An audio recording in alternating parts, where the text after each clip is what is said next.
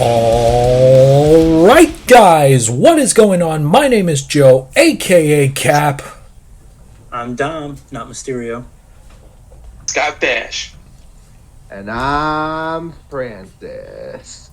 And this is The Push. And thank God I was finally able to get through an intro without somebody interrupting me. Well, let me tell you. No, I'm kidding. Too late, already did the intro. All right, let's not waste any time, boys. Let's just dive on in. Let's dive on into some news because a couple of things have been happening in the wrestling world that I really want to talk about. So as we mentioned, Rhea Ripley, our women's champion over on Raw. Mommy hurted her elbow. Indeed, she did hurt her elbow. She did hurt her elbow. She will be undergoing surgery. She will be out for a certain number of months. And despite this being the company that just let Roman Reigns hold on to a title for 4 years and barely wrestle at all, unfortunately she was forced to relinquish her title. Because storyline. Yeah, because, storyline. So how did we resolve this? Well, about 2 weeks ago, Raw had a battle royal to decide. Was it 2 weeks ago or was it last week? 2 weeks. 2 weeks ago, I believe. I think it was last week. Or last week. I don't know. I'm going to be honest with you. Between work, school, and this, I don't know what day it is, to be honest with you. I think it was last week, because last Monday, I think it was Battle Royal. All right, so, okay, my bad. So last Monday, thank you for correcting me, fellas. So last Monday, there was a battle royal to decide a new champion. And this title was won by Becky Lynch. Becky Lynch holding the belt again. She is champion once more. So... Whoa. Francis, Oh, is that what he was doing? I thought he had like a stomach problem or something. Like, you sounded... Actually, you know what? From there, I'm just going to open the floor. Fellas, what do we think about this? All right, well, I'll start. And it was, I don't know, it wasn't the wrong choice, but it definitely wasn't the right choice. And I really like Becky Lynch. She was one of my favorite, but it kind of has a weird taste in my mouth having her champion because, yes, it was out of nowhere. We didn't think Rhea Ripley was going to get injured, but I feel like out of anybody, she didn't deserve to win it because she did just lose. And if you wanted to get more of a pop, when Liv came back, she's got a lot more fans on her side than before she got injured. Okay. So I felt like her having the title would have gravitated more people into liking, because we know that these women titles kind of, before Rhea Ripley, they kind of been struggling as of like a dominance, some type, whatever the word is. Trying to think of it. Dom, go ahead. I'm going to chime in with my 2 cents here. I half agree with you. So I do agree, as much as I love Becky and I think she's a great wrestler and everything. Having her win now after just losing, it's a little weird. But given the state of the women's division right now, I don't think in my opinion, Liv shouldn't have won that battle royal, only because we would have been having this same conversation. It doesn't feel right. It doesn't seem right because she didn't beat anybody. She just got she won a battle royal. Winning a battle royal and winning a feud is two very different things. And if you have her win, in my opinion, if you have her win that battle royal, right? You just have her first title run all over again, where it's very underwhelming. Everyone's gonna say, "Oh, she got lucky," this and that. And it would have to last a lot longer as well. Exactly. So I think giving it to Becky right now is the better choice, only because nobody else in that locker room, in the Raw locker room, is gonna bring the title to that same level that Rhea did. So Becky can get there. Like, she's very capable of being that dominant champion. And now you could have Liv work her way up to the same way they were probably going to have her feud with Rhea in the first place. Now she can feud with Becky and have a more meaningful win than a battle royal, because now she can overcome the odds and beat Becky. Who's no slouch. Like a 7-time women's champion. Oh no, the woman's a first ballot Hall of Famer, and but my point exactly. So what seems like a bigger win to you, beating Becky Lynch or winning a battle royal?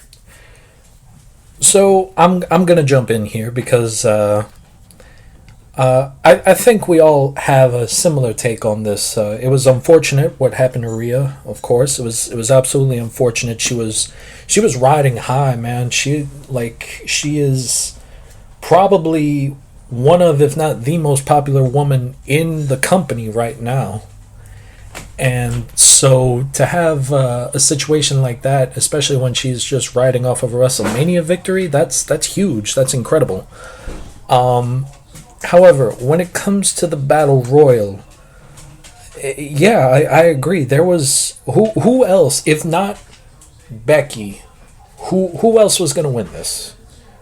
For Liv to win right now, it's just going to be the same thing that it already was. It's with her first title, and I'm sorry, I'm being honest with you.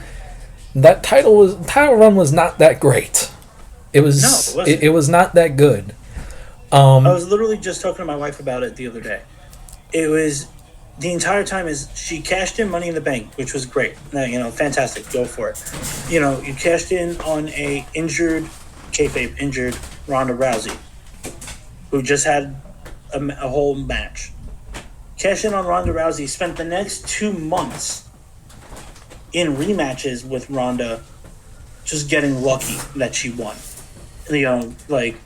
Every win felt like she just barely skated by. She was like, got her ass beat the entire match, and then stole a victory.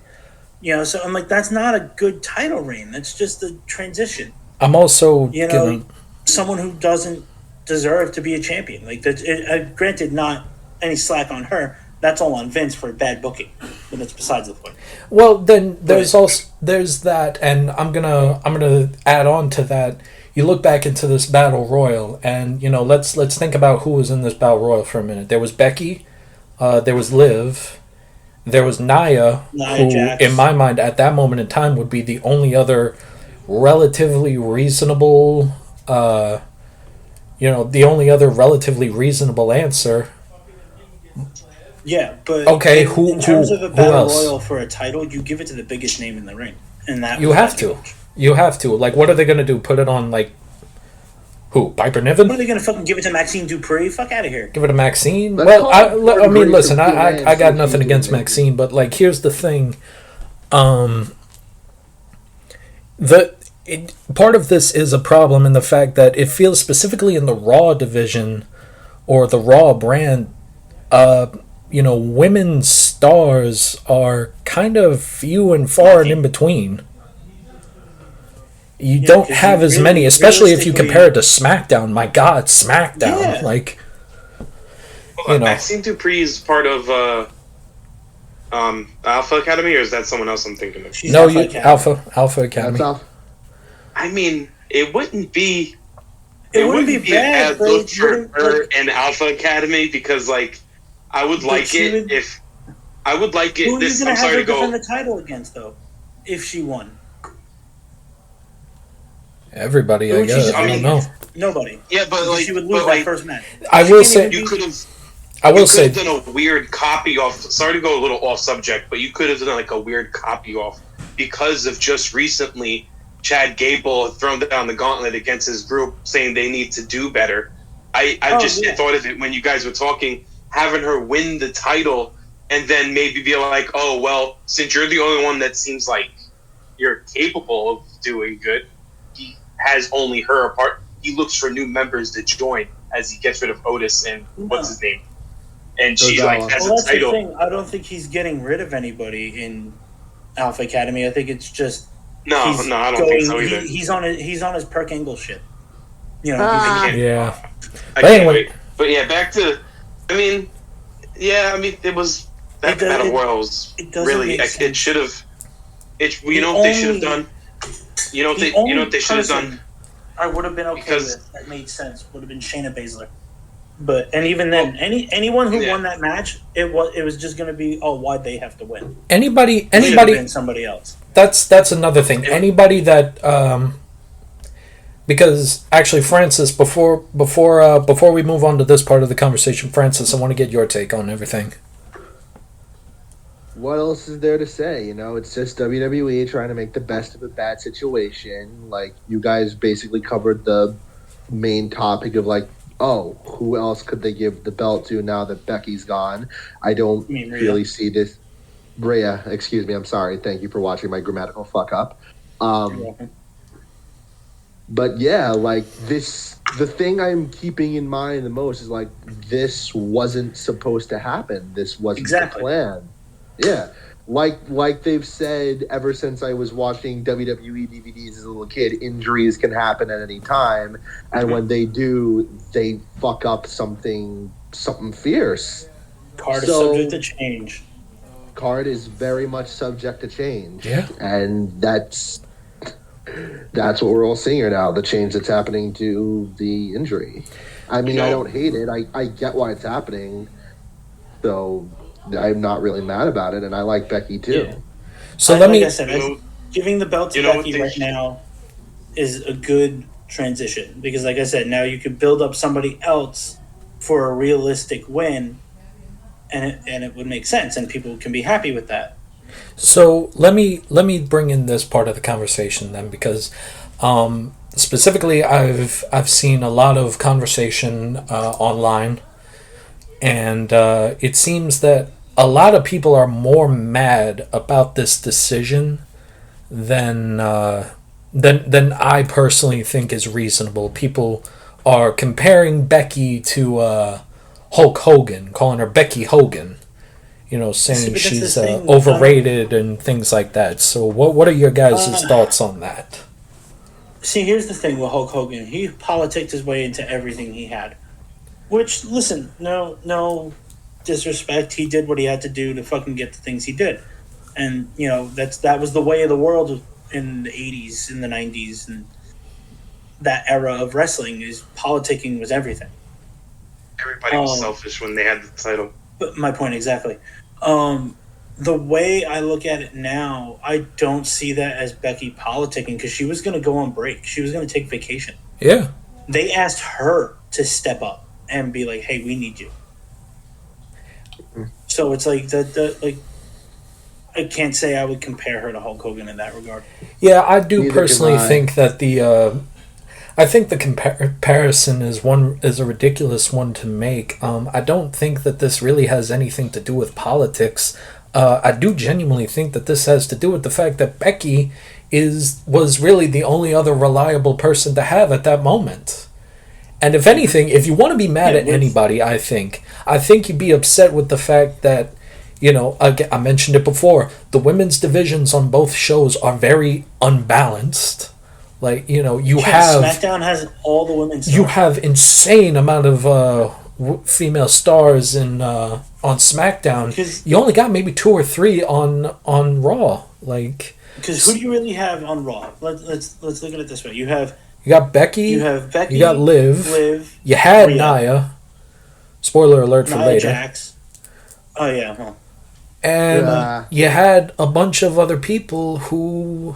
You had Rhea, who, as we've recorded, Indy Hartwell. You have a bunch of people who Candice LeRae. Who a lot of people would just consider mid-carders. And, I've seen the conversation of, you should have used the Battle Royal to, lift up another star. Who? And more importantly, I'm sorry to interrupt you, Scott, but more importantly, because Dom pointed it out earlier, y'all are going to be mad at whoever won that anyway. Exactly. Y'all are going to be upset anyway, so, what are we talking about here? Not if it was Liv Morgan, because everybody liked it. Everybody wanted they it. would fucking That was complain the about her. majority. I guarantee you, Scott. I would put money that they would said, "Oh, she complain. didn't really win." I would bet money. They had a perfect. It was very like needle in the haystack, but they could have found the perfect way to have that title go into hands to someone who doesn't deserve it, but who showed it throughout the process of getting it. Because, funny enough, even though it's not the first pay-per-view, I felt like this pay-per-view was talked about more and before Backlash, which is the King of the Ring. So you could have said, all right, she's hurt. How about we use that as the title holder whoever wins King of the Ring. Yeah. If you win Queen of the Ring, you get the title with the crown. And you could have been like, it could have been any, at that point, you could have picked anybody in that Royal Rumble, in that Royal Rumble. You could pick anyone from either roster. Pick anybody in the roster, yeah. Because then you could turn around and say, hey, if you win this title, you're now a Raw superstar. You could be a random mid-carder, and if you portray it good enough and do like the Daniel Bryan like underdog story well enough, it could have been like, oh well, now we just birthed. Because to be honest, the fact that we're having this conversation about who else could have this title is kind of a little weakness in WWE's part of the lack of superstars for the women's division. Just Raw specifically, man. It's just Raw specifically. SmackDown has everybody. SmackDown has fucking Jade Cargill, Bianca Belair, everyone in the fucking Kabuki Warriors. We'll get to that. Yeah, but that's my point. Yeah, but they always kind of try to cycle through like the same four, and then we get the result of what's her name from Kabuki Warriors of having a terrible title run. Asuka? Are you talking about Io? They don't even have to give it to Asuka. They could give it to Io. They could give it to whoever. Io, that's what I meant. Like, if you don't have the there's like for WWE for the men's, there's a lot of major card people. Just in case someone get hurt, you'll be like, all right, this is perfectly fine putting them here. But for the women's, it's like, who else do we have?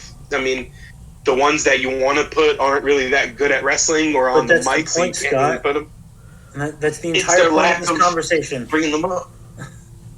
Yeah, but it looks bad on them knowing that they don't have that much of an option. Scott, let me tell you one thing. That's just women's wrestling in a whole. It doesn't matter what unless you're looking at New Japan. It's just the division as a whole. No matter what company you go to. Like 3 to 5 years ago, the women's division was holding up the company at one point. Well, yeah, because now they're all injured. Charlotte Flair's out on injury. Rhea Ripley's out on injury.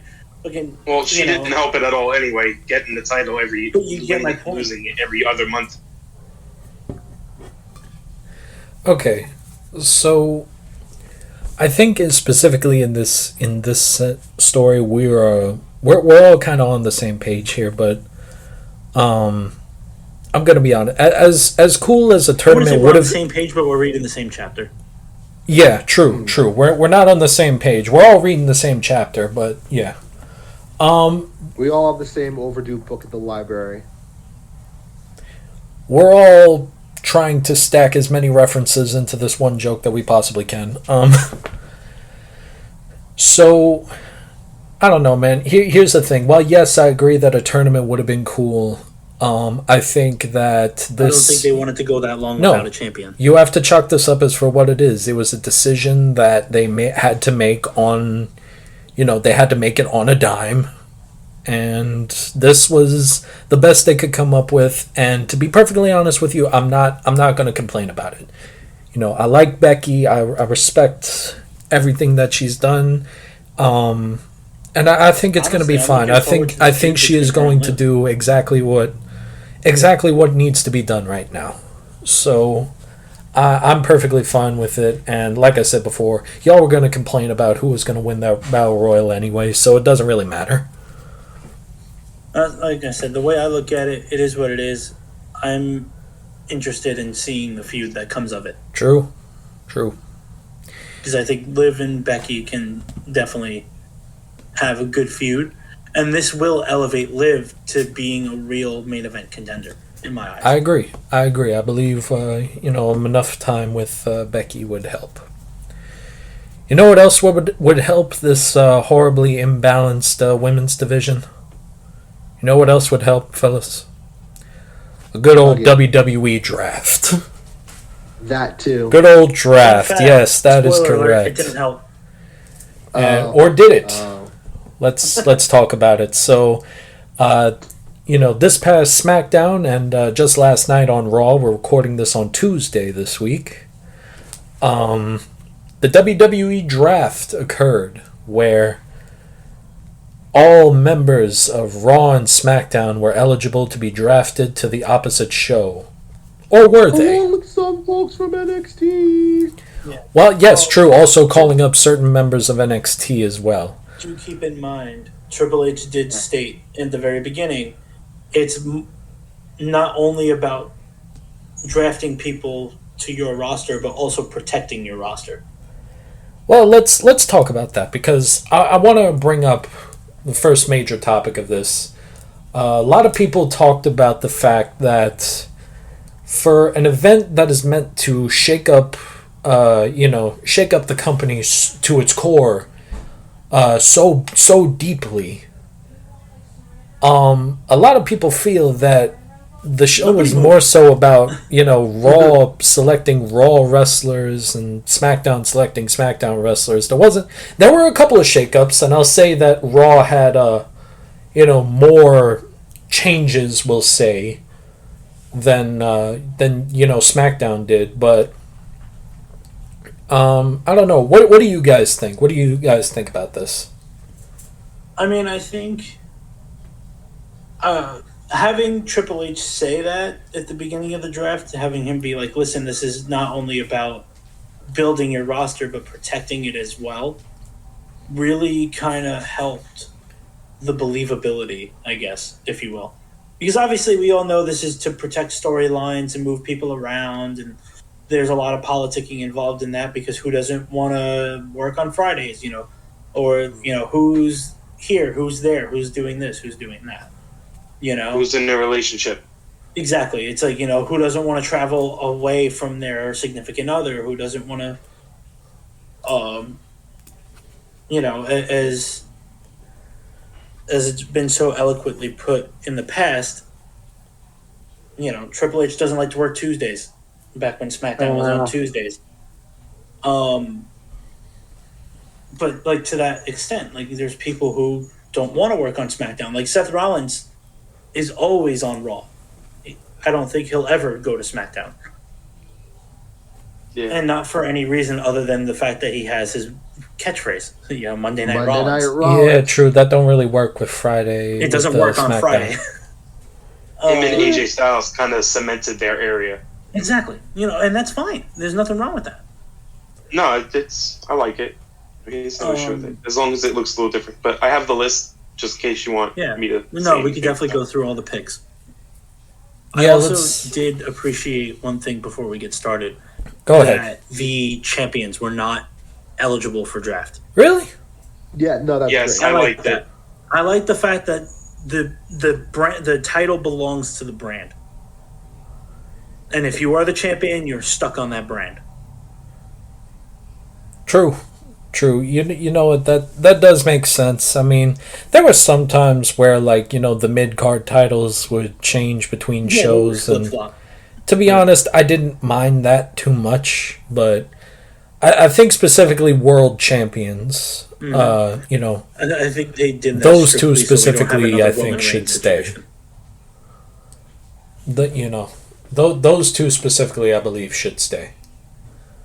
All right. So let's talk about the people that were actually that are actually being drafted here. The people that are actually switching.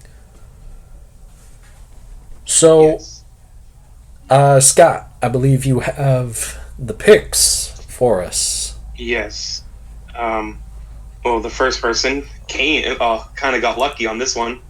Ludwig Kaiser has joined Gunther from there. I think there was a switch from SmackDown to Raw. So we have that. I'm sorry? So Imperium is on Raw. Imperium went to Raw. It doesn't say anything about whatever the third guy's name is. Giovanni Vinci. Yeah, because he's out of Imperium though. But let's go back a little further though. Let's go back to SmackDown because I do specifically want to talk about the people that were specifically SmackDown first. Yeah, the people that were specifically that was the moving from their original show. It has them by order of the entire brand of who they have. But yeah, no, I'll go to SmackDown. I have them. So besides, the obvious tag, the title holders, Jade Cargill is on SmackDown. KO stays on SmackDown.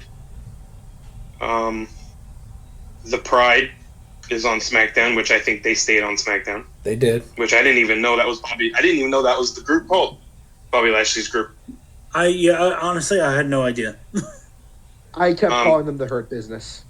Tiffany Stratton, I think, finally gets a spot because I know she came up from NXT before the draft and was kind of thrown. No, she was signed, I believe, to SmackDown months ago, actually. Yeah. All right, then she stays. Santo Escobar's group stays on SmackDown. Shinsuke is on SmackDown. Shinsuke is one of the people that got traded, I believe. He is drafted to SmackDown. Do we want to go through this by round? Because I have the round list pulled up.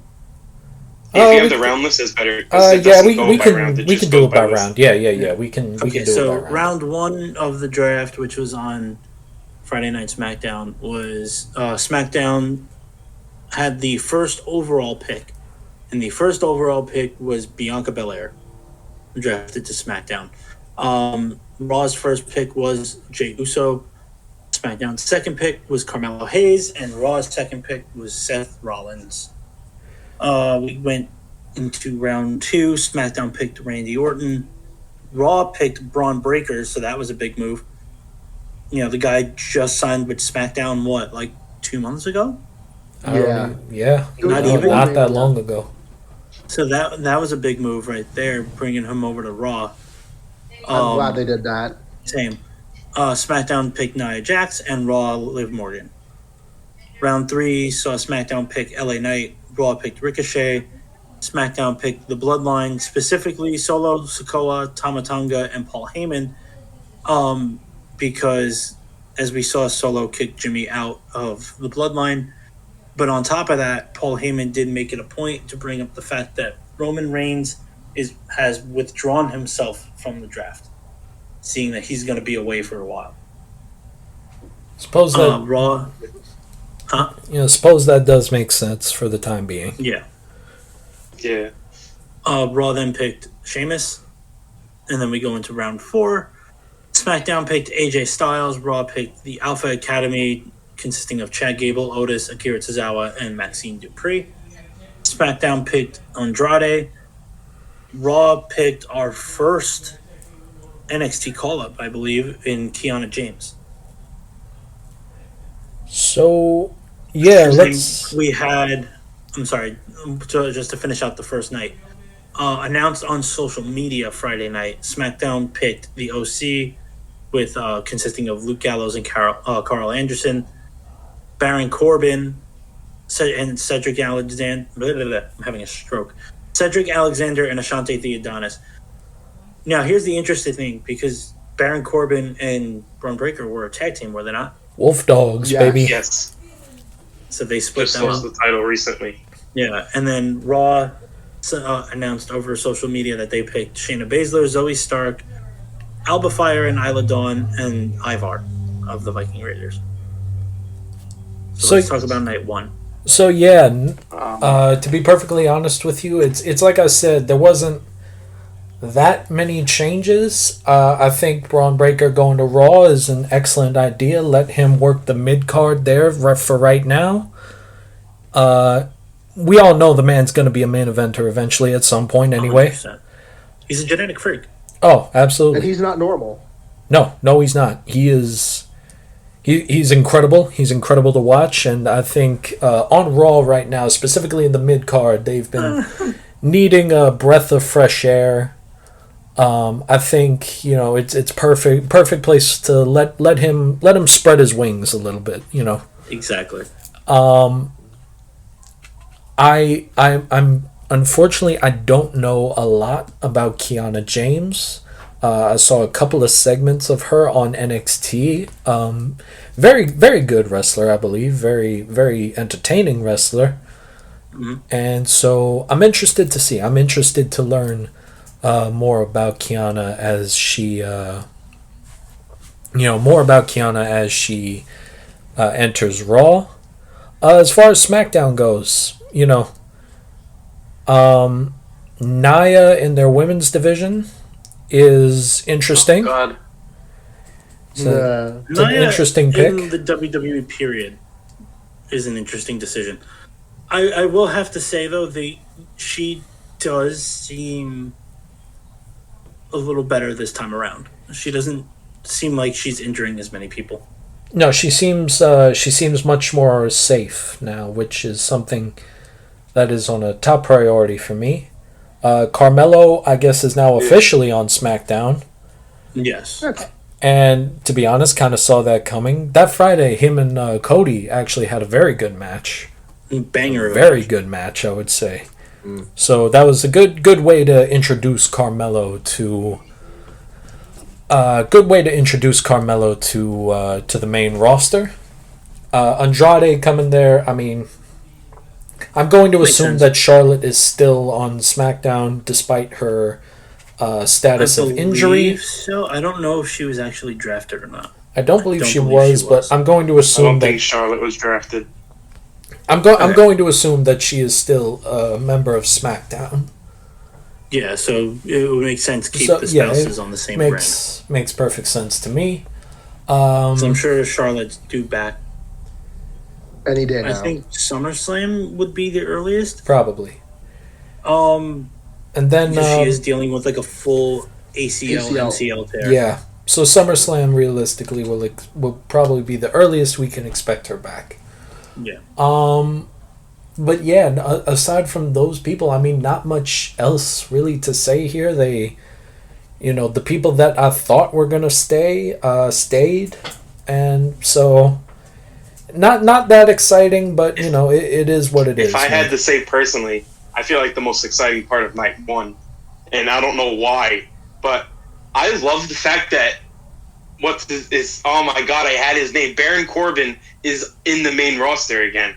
Yeah, they brought him back. I'll admit the gimmicks that Vince was giving him were atrocious for the kind of wrestler that he gravitates towards.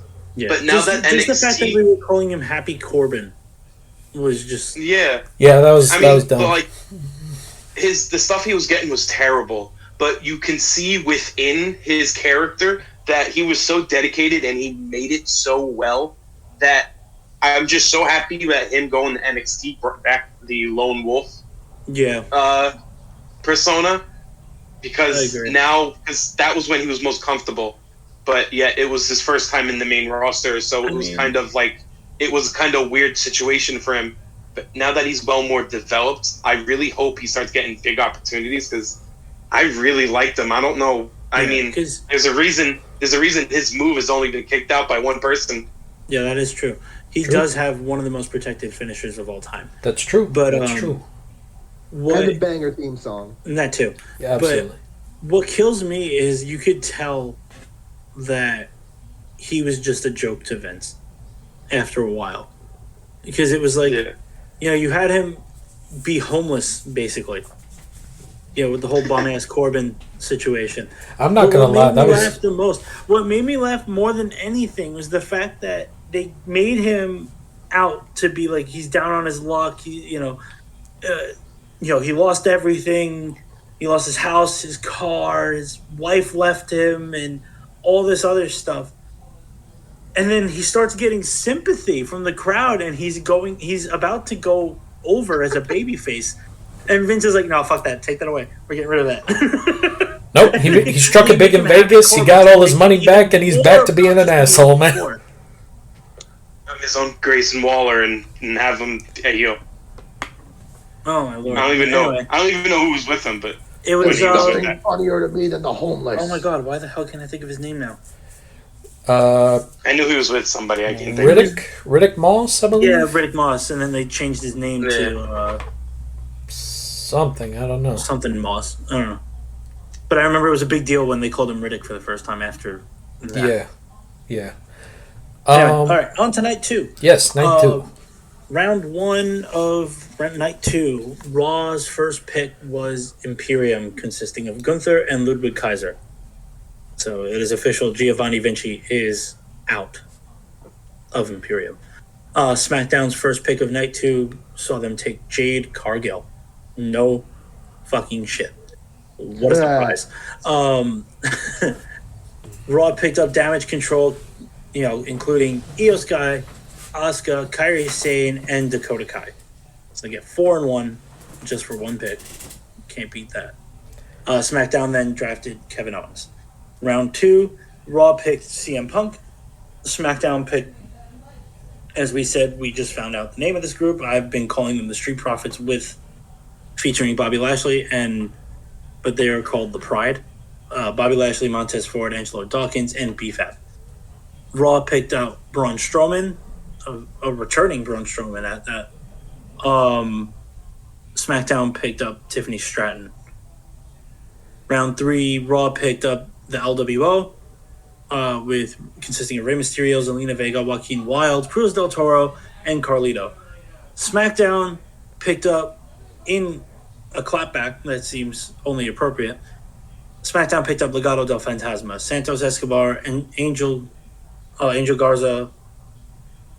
They just have him listed as Birdo, and Elektra Lopez. Raw picked up Drew McIntyre. SmackDown picked up Shinsuke Nakamura. Round 4, Raw picked the Judgment Day, specifically Finn Balor, Dom Mysterio, and JD McDonough. SmackDown picked up Naomi. Raw picked up Ilya Dragunov. SmackDown picked up the tag team of Chelsea Green and Piper Niven.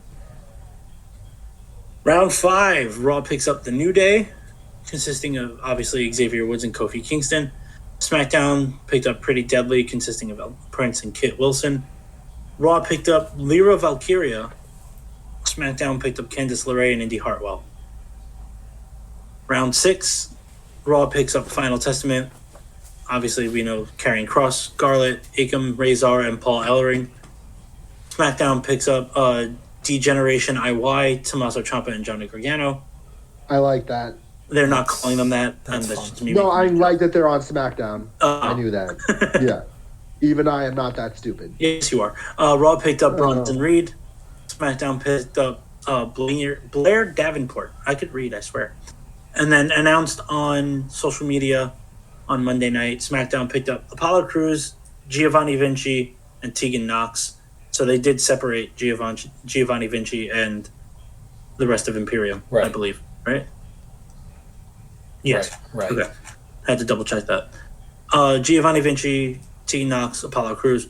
Raw picked up Natalia, Kaden Carter, and Katana Chance, Odyssey Jones, Dijak, Julius Creed, Brutus Creed, and Ivy Nile, and then New Catch Republic. Okay, so let me just get this joke out of the way. Thank God Raw has kept Odyssey Jones. Thank God. Everybody knows that my man Odyssey Jones is just the backbone of any brand that he's on. You know, he's had such critical matches over the year. And I just couldn't imagine Monday Night Raw without Odyssey Jones, man. Like, come on. Are you done shitting on this man's entire life? Yes, I'm done. He's never done. To be fair, I don't entirely blame him. I just don't know what the hell they're doing with this guy. It's an Odyssey. Doy. I swear to God, I'm going to kick him. I swear. Oh my God.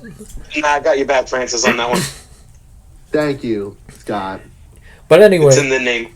But anyway, as we mentioned in the last segment, there was a serious amount of imbalance with women's wrestlers on both shows, and I believe that that it's been somewhat fixed, especially when Raw is picking up Damage Control, because you're picking up 4 for the price of 1, and 4 incredibly talented women. I would say that as well. You would be right. And some NXT call-ups. And a couple of NXT call-ups, and now I'm still going to say that the women's division on SmackDown is still a little bit better, but like... You're just saying that because of Jade Cargill. Admit it. It's fine. I mean, Jade Cargill, yes, but also Tiffany. Tiffany's just incredibly popular right now, man. May I cut you off there? Okay, go ahead. Real quick, because you mentioned something that gives the classic Scott Bash what the fuck moment that I usually try to put on here. Can we stop, for the love of God, with this Toy Story BS?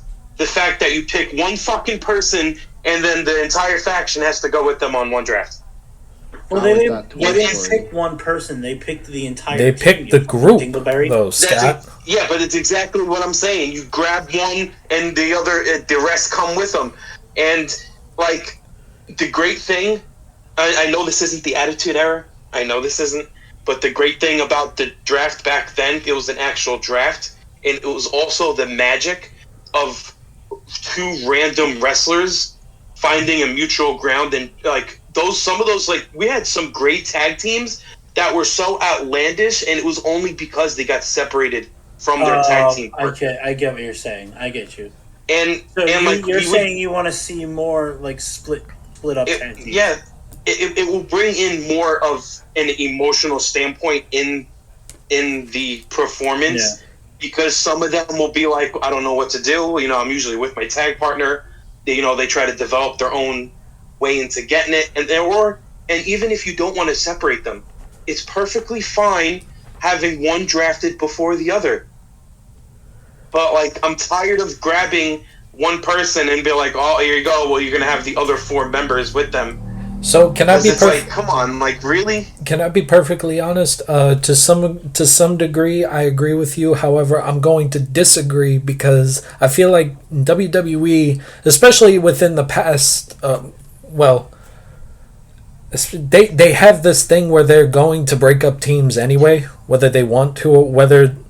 they're going to break up teams regardless. To be honest, yeah. This is a company that's got a track record of breaking up teams just because, like, they feel like it. Just because think back to the only team that's safe is the New Day. Yeah, but even then, like, that was the last time that they did that. Away and put him on. I think they put him on SmackDown, and then Xavier and Kofi stayed on Raw. But then they wound up together again anyway. They always find their way back to each other. Yeah, but you're missing out on a lot of great future Big Show. And you know how many great Big Show and Kane tag team matches we had that their tag team partner was like 5'5", and they had Kane and Big Show as one of their tag partners? I get what you're saying. Wasn't Kane and Tajiri part of a tag team once and they won the titles? Or something like that? It was the Big Show? Bro, those tag teams were amazing. Like, I get what you're saying, but at the same time, tag team wrestling is such a... it's also big very deal. Much come a long way since then. Since the 90s and the early 2000s. It's become like team sports at this point. It's more... it's like... Yeah. Because you got to remember, a lot of these guys, they come in as tag teams. They've been together since the Indies. Yeah. But they don't because of that... separate from each other. Yeah, but because of that, like... You get like I get what you're saying, to do it for of the original tag team roster that you could have. Let me put I feel like they're like. Let me put it to you. It's a very, very shallow bowl when it comes to the tag team division. Like, there is not much options at all. It's usually cycled the same 4 people on each brand as who's going to be tag team. Because there's not a lot of tag teams. Period. There's not a lot of tag teams. Period. Because this company spent most of the time breaking up tag teams anyway. So, but why break up a tag team just to make a half-assed one? Because that half-assed one could come out as a pot of gold. Yeah, but they also come out something great. The odds of that happening now are slim to none. Yeah, man, it would like. Plus, and to be honest, like they can always. To be honest, like they can always trade wrestlers. To be honest, tag teams have become more like a sport, more like a team sport at this point. Anyway, to begin with, well, yeah, like think about it. Like I'll put it to you in perspective like this, Scott. you know, you're a Buccaneers fan, correct? You got a strong unit down there in Tampa Bay, correct? How would you feel kind of. if? I wouldn't call him strong.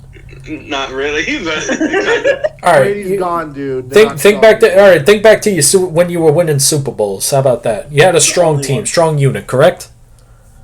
yeah. How would you have felt if that unit got broken up? Okay, continue. How would you have felt if that unit got broken up?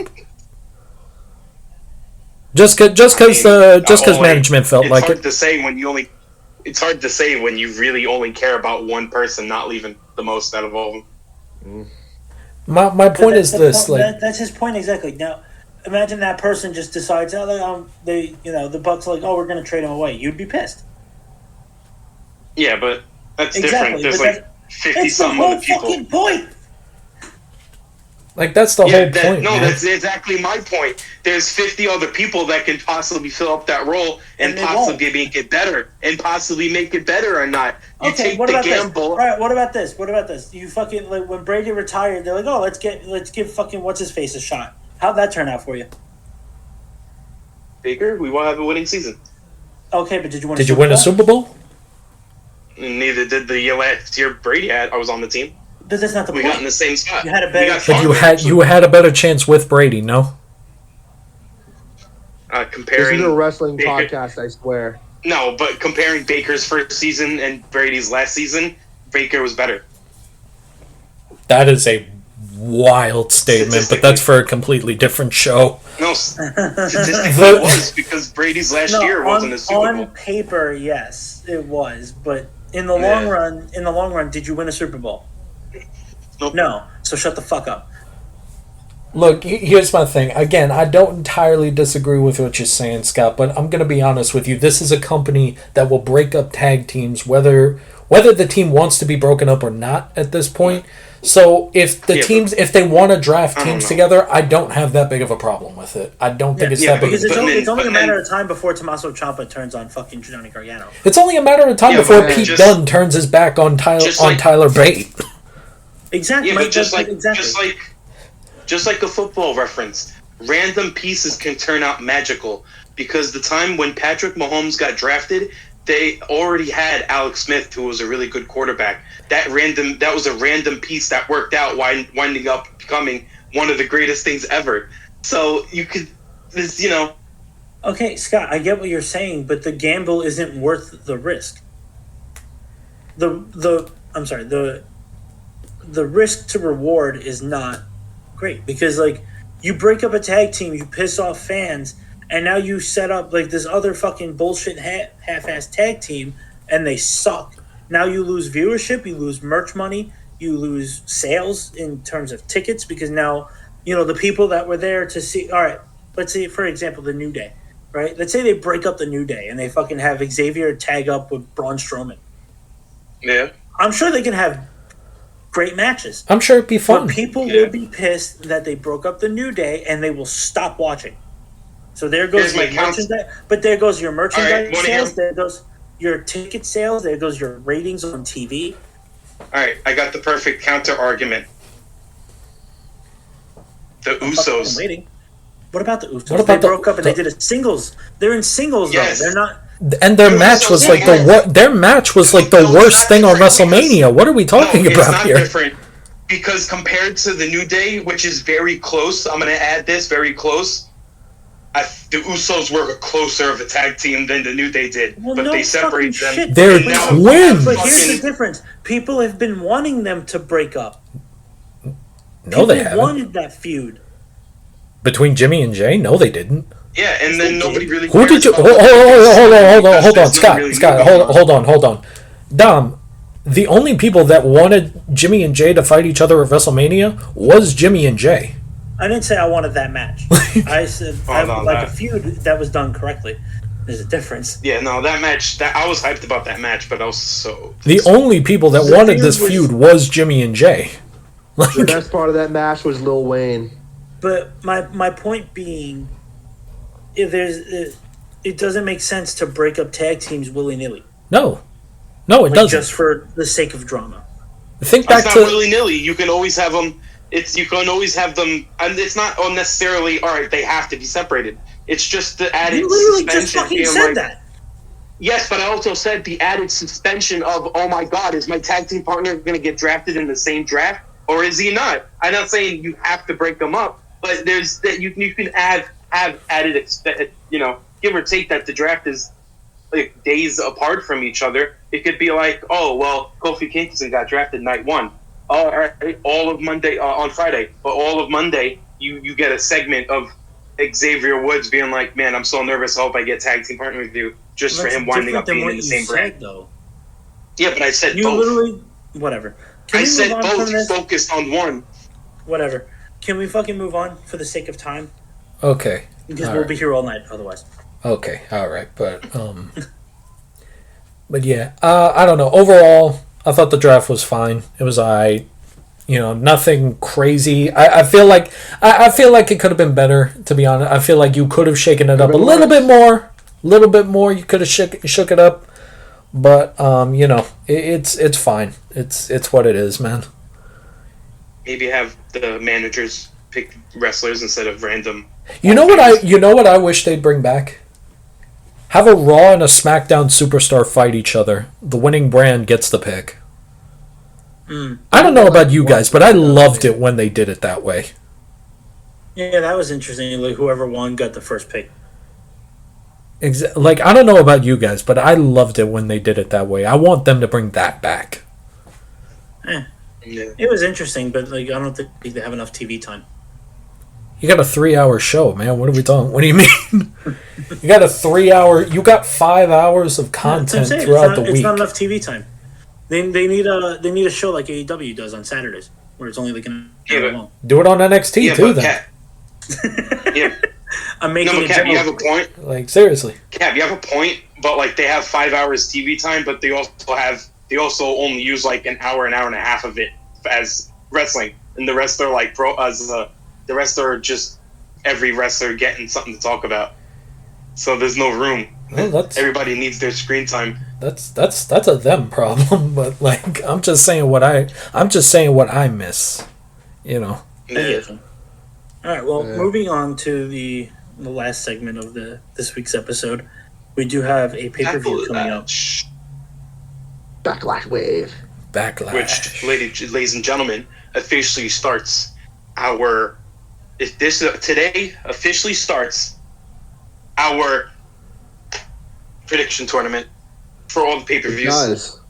Yes, the prediction game. The prediction game. In which may I predict something? We're all gonna have the same winners on every fucking card. That's my prediction. Not always. Looking at the card, I feel like we're all gonna have the same prediction there. I don't know. You got Francis here. You never know what the fuck. Yeah, he's a wild card, man. You never know what this man's thinking. And I don't think every card is gonna be like that. Maybe this one, but not every single one. Wow. Yeah. Anyway. World card, bitches. So, we did decide we're doing a game basically. So from Backlash to WrestleMania is considered the quote unquote season. Each pay-per-view we will sit here, we'll go over the match card, we'll make our predictions and score points based on the outcomes of that match. Now, the way I see it is we can pick our winners, and if you guess correctly, that gets you a point. But if you would like to make a supplemental prediction, so let's say it's a triple threat match, and you say so-and-so is going to win, but this person's going to take the pin, that gets you an extra point, if it is correct. Does that seem fair to you guys? Seems fair to me. I would say the only extra point you get, not for predicting who's going to get pinned. I would say adding like, oh, this person, whoever is like a return or somebody coming in to add a new story. That's my point. That was just an example I was using. If you can make any prediction that you want that's in the match. Like you can make a prediction that the match is going to finish due to distraction or a surprise roll up, or the ref's going to get knocked out and miss miss a count and this and that. You can make predictions like that if you want, and that will get you extra points. Yeah. Make sense? All right, yeah. That sounds good. All right. Oh, and before we start, I got something coming in from Bleacher Report. It's not really big newsworthy, but it's actually kind of funny because it happened on Monday. Okay. Well, as you just recently found out, if you watched Monday, Patrick Mahomes was there, and Logan Paul grabbed his Super Bowl rings and punched JD McDonough. I think he accidentally punched JD with Mahomes Super Bowl rings. Legitimately fucking cracked in which him. he punched the shit out in of which him. I was very shocked that Patrick Mahomes was heel. So, it shocked you, really? Anyway, Jamie, this is what happened, the aftermath, just getting it now. JD McDonough's forehead has imprints of Mahomes' 3 Super Bowl rings after getting punched by Logan Paul. That's funny. Wow. That's funny as hell. He got Ace Ventura'd after This poor man.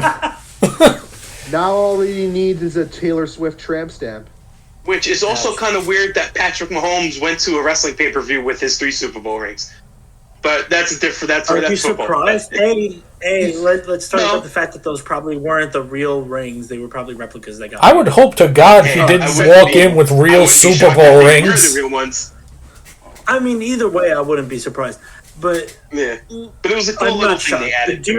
The dude is a big wrestling fan. I'm sure because they were in Kansas City. Triple H or whoever reached out to him and said, "Hey, do you want to show up and do a thing?" He was like, "Yeah." Oh, excuse me. Yeah. I liked it. It was a random. Thing, but I loved it. I'll bring my Super Bowl rings and I'll leave Miss Piggy at home. But yeah, let's.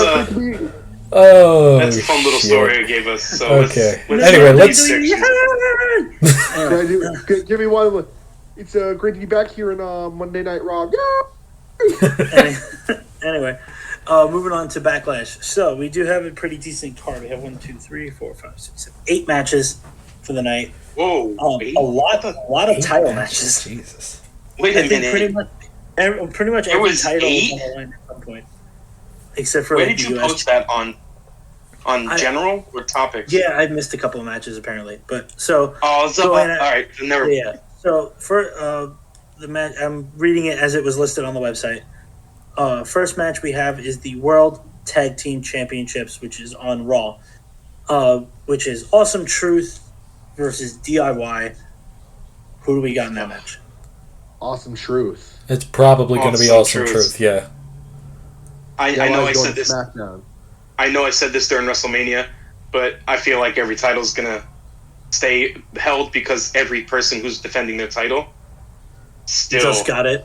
just got it or besides our number 1 reigning longest champion in Logan Paul.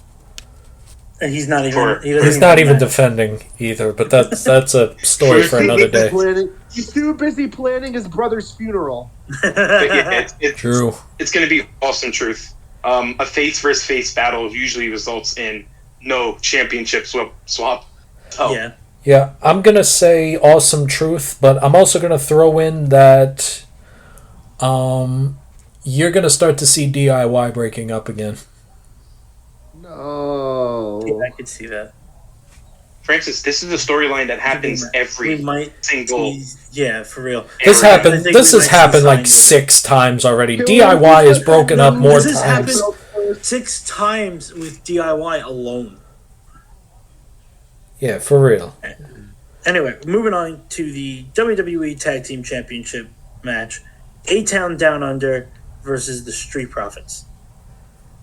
As much as I would love to see the Street Profits win, A-Town Down Under just got those titles. It's going to be A-Town. I'm good either way, but I'm not. I wouldn't be surprised if they just decided to swerve us and give it to the Street Profits. But in all realistic, it's probably going to be A-Town. No, it's going to be a dirty win for A-Town. They're gonna do heel shenanigans. Yeah, something heel. That's not. Don't give me a point for that because that's like an obvious statement. Because there's no way they should beat them, but they're gonna do it. I am gonna go out on a limb and say that the Street Profits are gonna win. Only because they're long overdue for a win. Fair enough. Because we could very easily have some shenanigans from Bobby Lashley and B-Fab. Nah, Bobby Lashley's a face. He's not going to interfere in anything. Who says they don't want to turn them heel? Ooh. Says their match at WrestleMania. Yeah, it wouldn't make sense to turn them heel right after a face win. I mean, and a boost in their face personas. I mean, here's the thing. As much as I like them, I don't think the Street Profits can play heel. No, I don't think that they can do it. They tried, it didn't work. I don't see it. I like them, but they're too likable. They're great. They're too likable of guys. Like,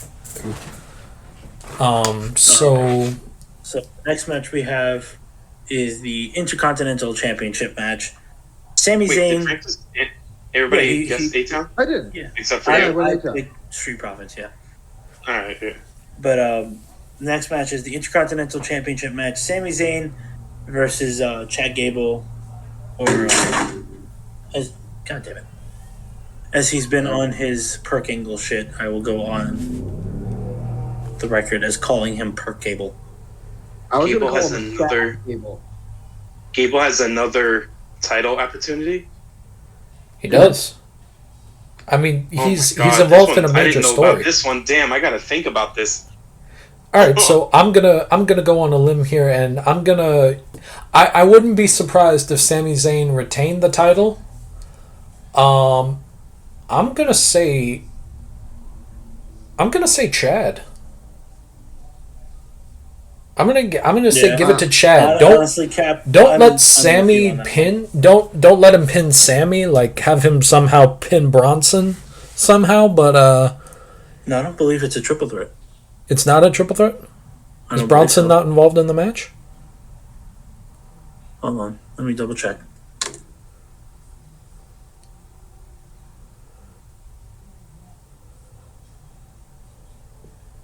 If it's a triple threat match, that kind of makes my prediction easier.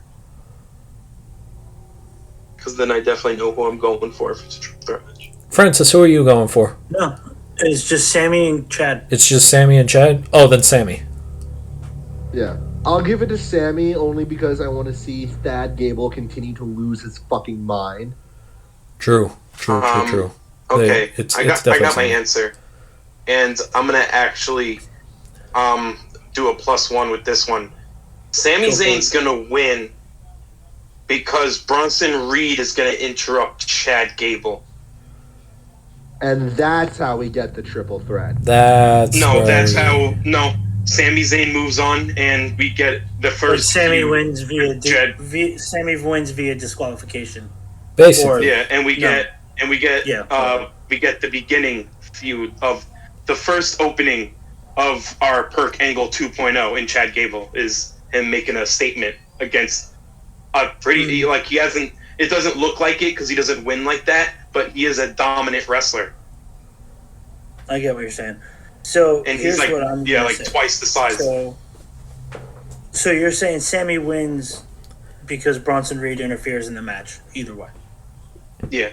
Sammy's going to get the pin, but Bronson Reed's going to mess it up. Yeah, I get you. So here's my thing. I'm giving it to Chad Gable strictly for the fact that I want him to win. Oh, no, I want Chad to win too. It's like that dark horse, like you never know kind of thing. So I'm gonna fucking give it to him. I'm gonna say Chad Gable wins. Okay. That's two swerves Chad from. Wins with. I am also putting a +1 on this. With interference from Alpha Academy. Ooh, betrayal. Interesting. Oh, he's going to different interference. Yeah, I'm saying that like Otis and Tozawa jump in, or even Maxine jumps in and like distract Sammy or something. Here's the thing. They interfere in some way, shape, or form. But if they interfere and go against Gable, you don't get the point. No, I only get the point if Gable wins, and they interfere. Interesting. Oh yes. Like the way I'm looking at it is the way to get that extra point is you have to win the first point in the first place to then get the second point. Yeah. Fair enough. That's two swerves from Dom, by the way. Are we sure that Dom's not the wild card? He might be the wild card too. Anyway, so the next match we have Kevin Owens and Randy Orton versus the Bloodline, Solo Sikoa and Tama Tonga. Bloodline. Got a reason, or you just want to scream Bloodline? I actually have a reason. They got to build up Tama. Mm-hmm. That's true. I mean, Solo pretty much screwed themselves, so I'm gonna have to go Bloodline because he says failure is not an option. So he better win this match. I'm going for Bloodline, but he better win this tag match. I'm going for the blood. Go ahead. No, you continue. You can go. I'm giving it to the Bloodline because Solo Sikoa has lost like the past 5,000 matches that he's been in. And if this is going to be the guy contesting Roman for his throne, you better start winning some fucking matches. Yeah. But I'm going to throw in another thing as well. I'm going to throw in an extra point. Go for it. The Bloodline win, and we see the debut of the Samoan werewolf, Jacob Fatu. I was just about to add that plus. Yep. I was just about to add that +1. Add that onto my list too. That's my +1 as well. The Samoan werewolf himself. Since now we know Roman. That name goes hard. I thought he was going to come. Jacob Fatu was going to come back when Roman. I thought Roman was going to come back a little bit after and then take a break, just to be like he gets betrayed by his bloodline. But 100%, I think Jacob Fatu is going to come up. Because Randy and KO should win that match. Realistically, yes, they should. But the Bloodline does need to start winning, so I'm also going to pick the Bloodline. So at this point, we all know that the Bloodline is going to win. It's just a matter at this point if Jacob is going to debut at Backlash or not. Exactly. Yeah. So I mean, like if I'm going to go in like a little extra spice, I'll say the Bloodline wins clean and Tama gets the pin. For my added bonus. Interesting. Yeah. Interesting. Anyway, next match, please. Next match, we have the Women's Tag Team Championship match, the Kabuki Warriors versus Jade Cargill and Bianca Belair. And tell me why is it going to be Jade and Bianca? Oh, it's 100%. Tell me why. Unless this is Jade's heel turn. And they lose, but Jade attacks back Bianca Belair, but I don't see that happening. No, I think Jade Cargill. So I'm already writing it down. Jade and Bianca are going to win, and Jade is getting that pin. So I am going to say, I'm gonna say this actually. I'm gonna completely swerve all of this. Okay. Oh fuck. I say Kabuki Warriors retain because Bianca turns on Jade. Ooh. Because think of it like this. Think of it like this. This woman is known as the EST of WWE. She is the number one pick. She is her. And out of nowhere comes Jade Cargill. And all of that spotlight that Bianca loves so much gone in a flash the second that woman stepped into the ring at the Royal Rumble. Oh, that's interesting. You have a potential for a very good rivalry between Bianca Belair and Jade Cargill. And they're both SmackDown superstars, so you can do this for a little while. That is true. So I'm going to say Kabuki Warriors retain and Bianca turns on Jade. Okay. Francis, what do you say? Simp is gonna simp. Kabuki Warriors retain. I just yeah. See, at least there's like logic and reasoning behind mine. He's just got a crush. Logic and reasoning, Cat. My dignity is non-existent. He's a simp, and he doesn't have a prediction on this match, and he's just going to pick Kabuki Warriors, which is probably going to split up. Okay, so now we have the only triple threat of the night. The Women's Championship match. Bayley versus Naomi versus Tiffany Stratton. And tell us why it's Bayley. Because she just got it, and this is the start of something great for her. And the other two wrestlers don't hold a candle to hold that title yet. Not yet. Not yet, at least. So that's two for Bayley. Naomi could, but... Naomi could, but Stratton's too new, and Naomi just... I can't see her as a champion again. I'm going to say Bayley wins, pinning Naomi. That's where I'm going to go. I'm going to say Bayley wins, pinning Naomi. I think it's interesting that they constantly brought up how close of friends the two of them were. Yeah. And so you don't mention how much of a friend you are with your opponent unless you're planning something. I'm going to add a +1 on there, but it's not going to be who's pinning who, like an easy one like that. I will predict... God, I hope I get the wrestler right. Naomi heel turn. Interesting. Maybe. And I don't know if it's going to be Tiffany Stratton. It might be, but Naomi heel turn. This is already a heel. You know? Tiffany is definitely already a heel. Yeah, Naomi's going to turn it in. Okay. Interesting. All right, so the next match, we have the WWE Championship, Cody Rhodes versus AJ Styles. And tell me why it's going to be Cody. It's going to be Cody. It's Cody. Because it's Cody, that's why. And it's going to be match of the night, but it's Cody. Oh, it's going to be a phenomenal match, but it's going to be Cody. You said the thing. You don't just have a man go through the never-ending story the way he did. I'm so sad we got rid of that button. I'm so happy we got rid of that button. The joke's dead. It played its part. Yeah, but you don't have him go on this massive journey just to lose it to AJ Styles. Yes, and simply also because it's an away match for AJ Styles, because you're not having it on SmackDown, because that's his house.